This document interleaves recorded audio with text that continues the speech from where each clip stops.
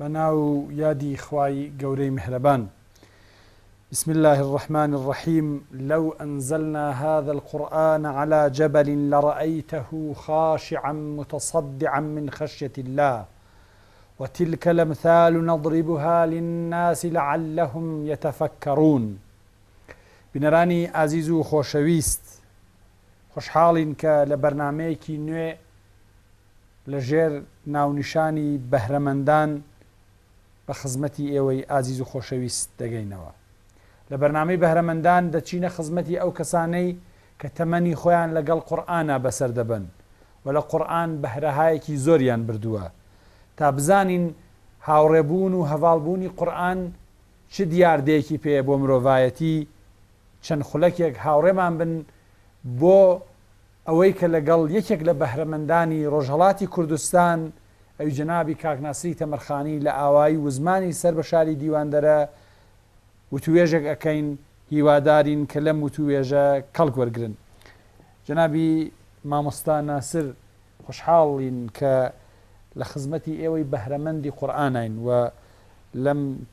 كاتو ساتا كدرفتي بيداين بخزمتي ايوي خوشويست بقين بتوين كالك ورقرن. بسم الله الرحمن الرحيم. يا أيها الناس قد جاءكم برهان من ربكم وأنزلنا إليكم نورا مبينا.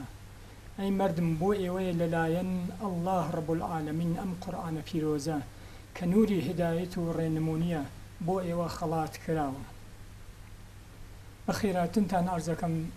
كاقب إهزاديان بخير بن سرشاوم بندنا سر تمرخاني خلق آواي وزمان سر بناوچه ديوان درا بنده متولد 1351 و ديبلوم راديشم مدركم ديبلوم رادا متاسفانه مشكلاتي كبيشاد نمتواني ادامه تحصيل بم واستخدام بوم چون ناو مركز بهداشت ولا ناو مركز بهداشت نزيق به 16 سال خدمتم كردم. بله. كاك ناصر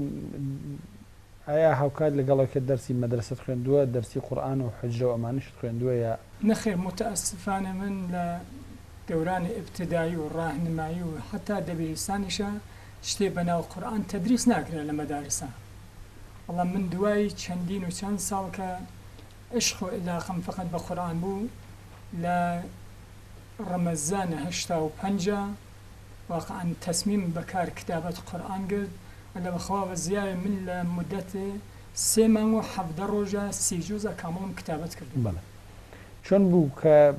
بکو خود اماجت پیدا لقل قرآن هیچ آشنایی کد نبو بلام او عاشقی قرآن بيتو توانيت او خزمته بقرآن بكي. لا كاغب زاديان قطعا خواجان فرمي هیچ وقت قرآن آرامش الدل ناري آرامش الروح والروان ناري نيش بخاطر روم كده قرآن واقعا او آرامشي كلا قرآن ولا خدمة قرآن الا هیچ كارت ردسناك بخاطر عشق الاخن بيشتر وقرآن الان الاخوة وزياري من دخل للصال 84 85 و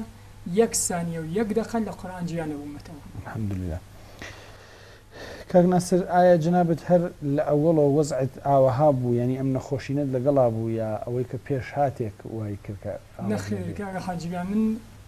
أرسم كل مركز بهداشتي أوي قلتبا سربناوشي ديوان داري لأن خدمة مكر ديسكي خفيف بو لسنا جراحيان متأسفانة قصور فيزيشكي سهلنگاری پزشکم وای کرد که من زایعی نخواهی بوم الان نزدیک به 9 ساله زمینگیرم با اصلا نتوانم اصلا لسرجی خون. بله. آیا اوی که لمالو آوها کوتویتو هر دو قاچه کرد لدستا و هیزت نیه بروی اما ولی نکردو نخوشینی درونی روت لیبکاو و ازلم کتابتی قرآن بینید؟ نخیر لخواب زیاده اما خلاتك واقعا همیشه شکرانی خواکم بو ام مشكلة كبوم بيشاته شو بيشتل لخدمة القرآن أبوه وآرامش الروحي والرواني كأم شن مدتها قطعا لزمان لش ساخي بالسلامتي ما قطعا نموه حاجية. يعني جناب النوسيني قرآن وكتابة قرآن لدورين خوشينة كتا دس بيكردوه؟ نخير من رمضان 85 عرضم كي 3 جزء كم كتابك لسه ما حفظ الرجاء والدواي أول لرمضان النودا کەشیشی ئەمریکاییشە لە ئەخبار مشاهدەتان کردوێ 4 جڵد قورئانی ئاگردا ئەوەم دی حەقیقەت من تەورات و ئەنجیل و سەحوف و زەبوورم دەست ناگەوە ئەگەرنە بەجێ کتابەتە قورئانم توانی کار کتابەتە وانیشەکەم ئەنجامی بەم هیچ جیاوازێک نییە لە بین دینەکانە ولی متاسفانە تەورات و ئەنجیل و سەحوفم دەست نەکەوت ڕوون کردە قورئان بازم 4 ئەمە جۆزم کتابەت کرد لە مقابل بێحورمەتی کەشیش ئەمریکایە کە قورئانی ئەگەر تێبەردا لەخوا بەزیاد 4 دانە ئەمە جۆزم کتابەت کرد لە عەرز 48 ساعتە ئەلانیشای 4 دانە ئەمە جۆزەکە وەسایل لە خمت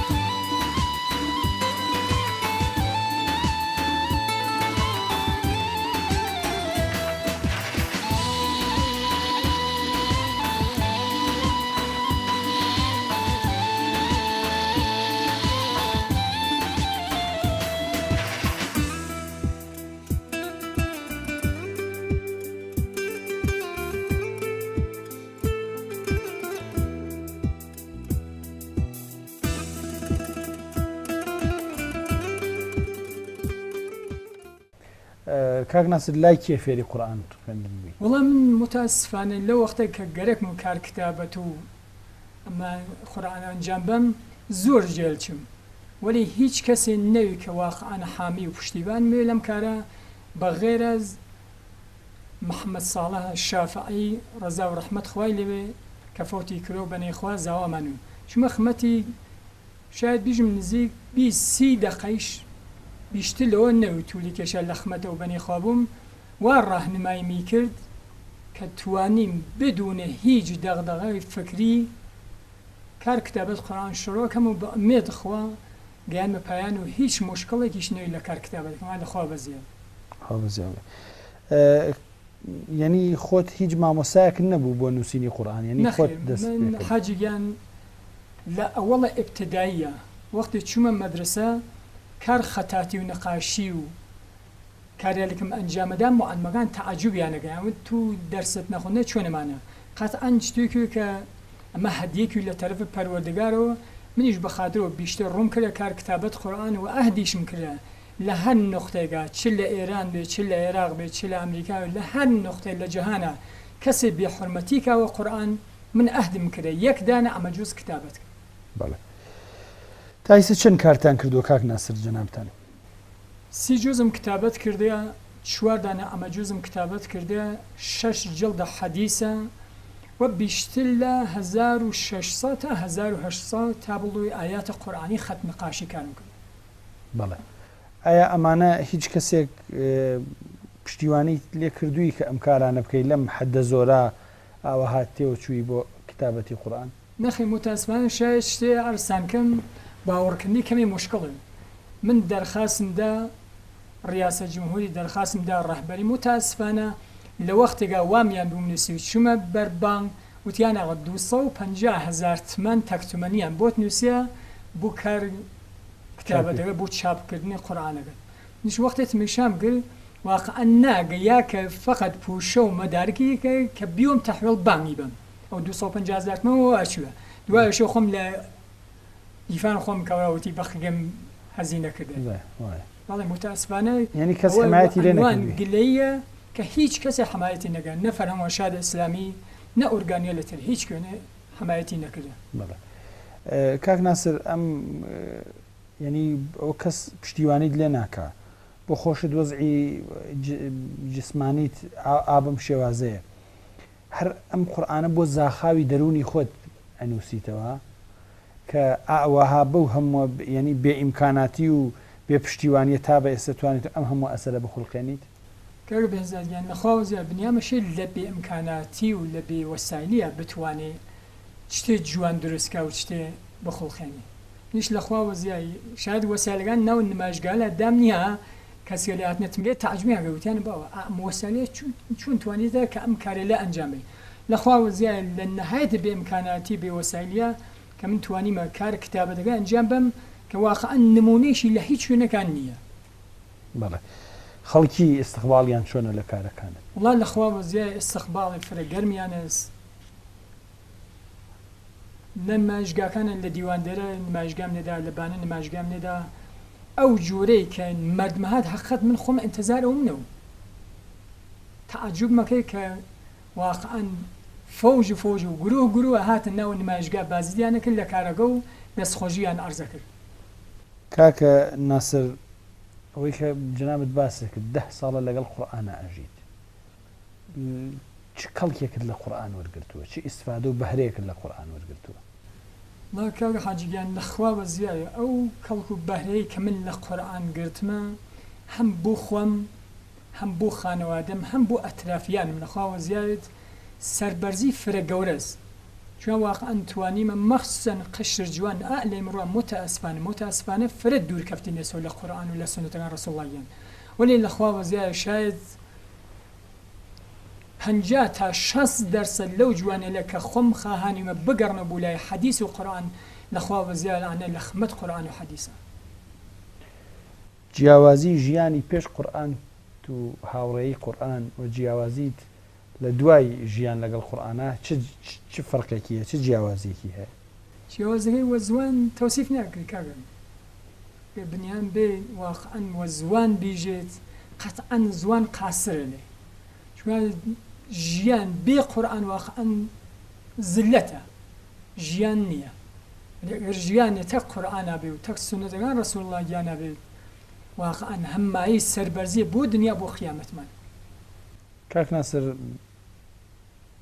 قورئان ئەگەر پێناسە بکەی بۆ خەڵک لە ڕوانگەی جەنابتۆ چۆن قورئان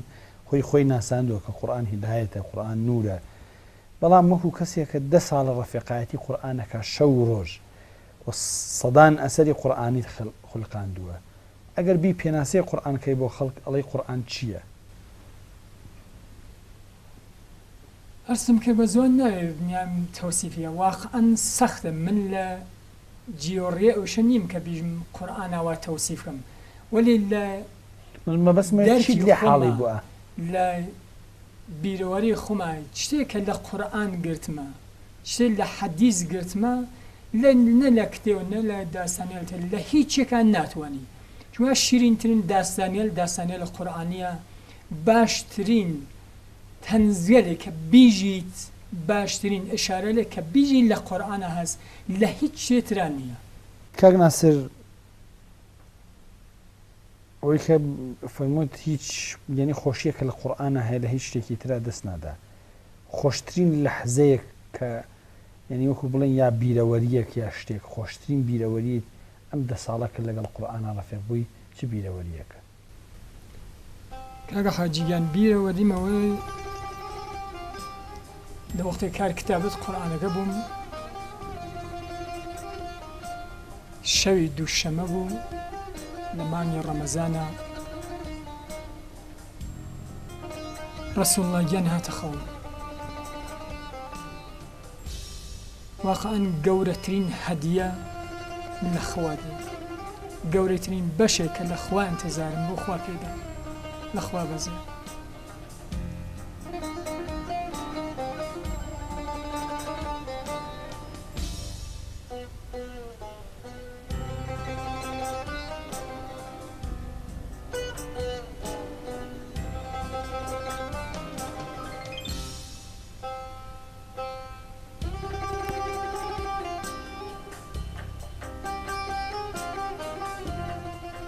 لێرەوە قسە چییە بۆ ئەو کەسانی وا لە قورئان دوورن؟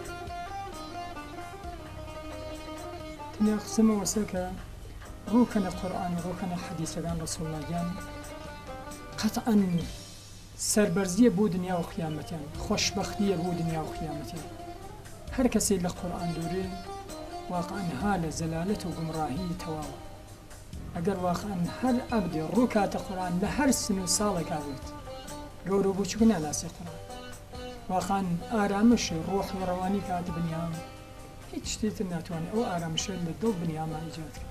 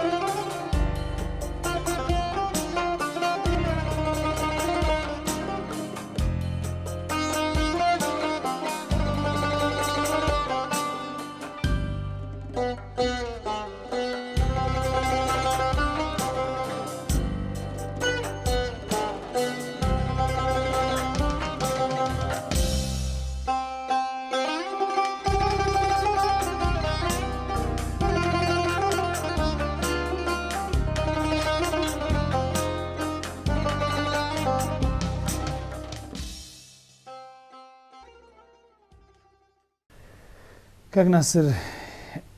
مرۆڤ ئەگەر لەشی ساخ بێ لە کتوپڕان نەخۆشینێکی ئاوەها زەمینگیری کە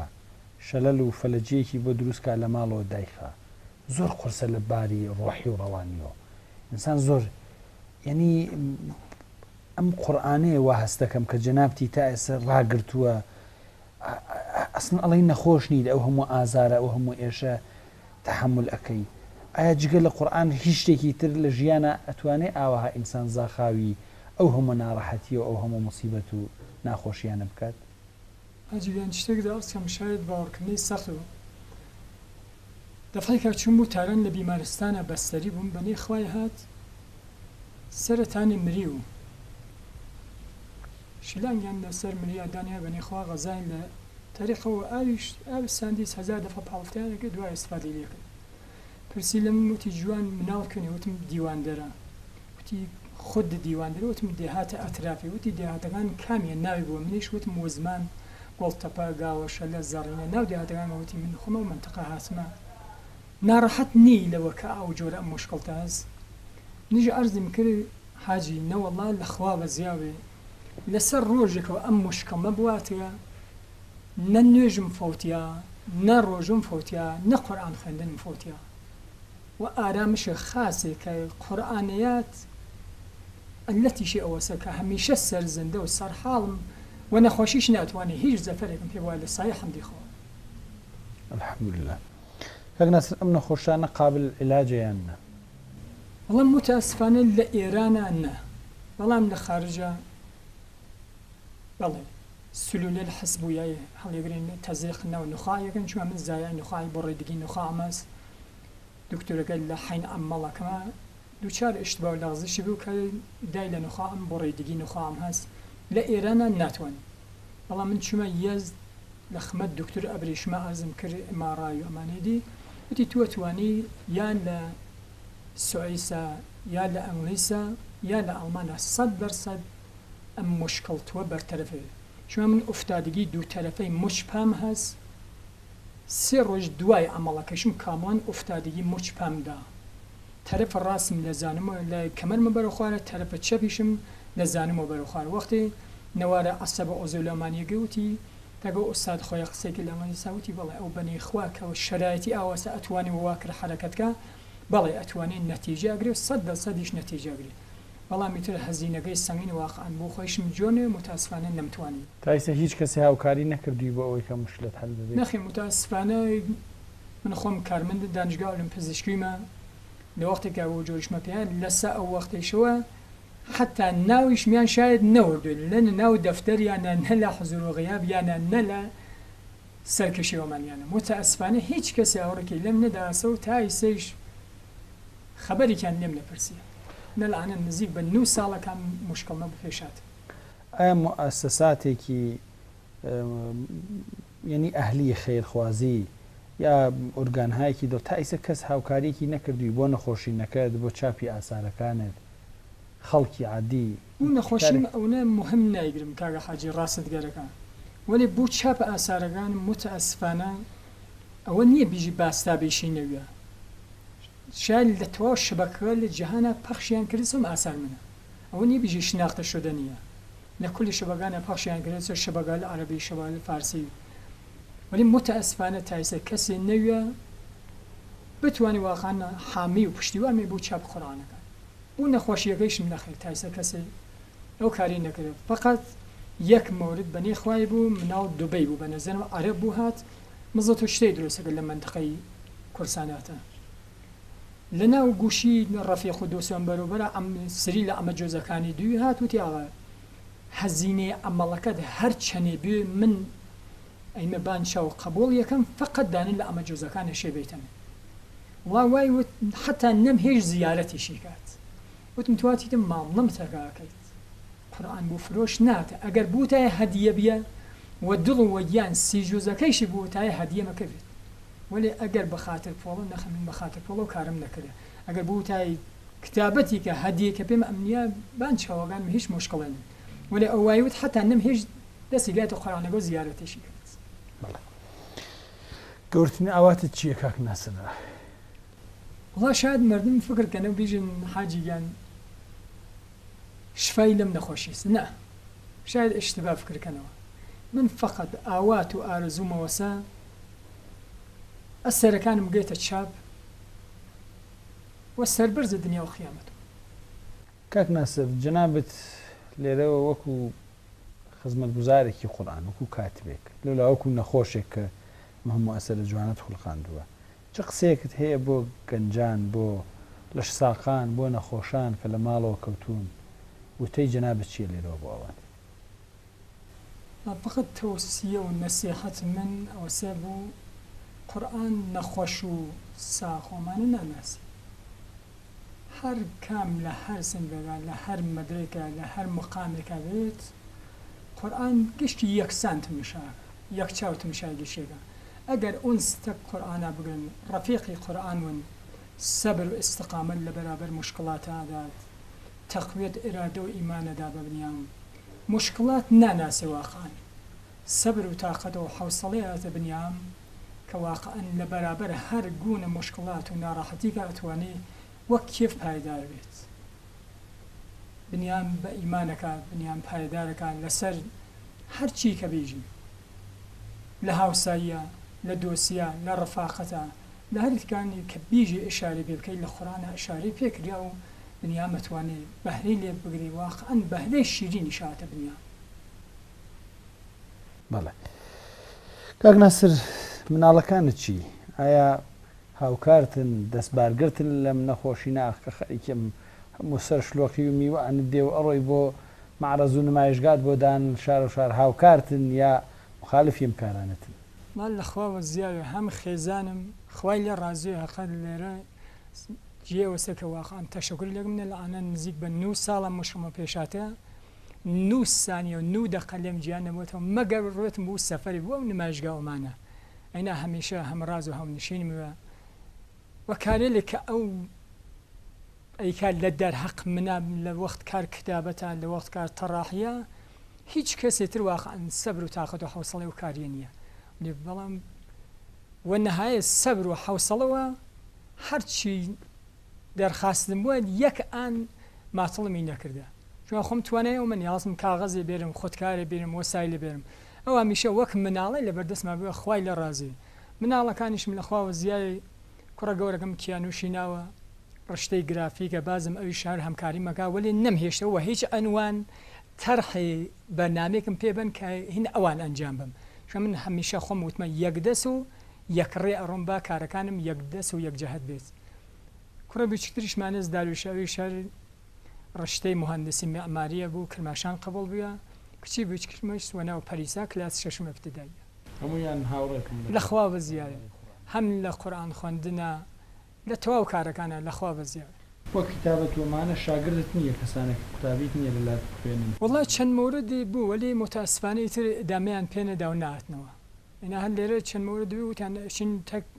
ئیدارە مسپۆرشە هەمانیەکەین تین بوو کار کتابەت ومانە تینە لای تو دەورەمان پێبێت ئامۆزیشمان پێبێت ولی متاسفانە ئەو ڕووینە ڕووی نەگەڕیانە دووەوە ئینا من وە دڵەوە گیان هەال مەخمەت هەر کەسێکە کە بووە و کارە بێت منال مەخمەتیە کەوشێن منە سەرچاو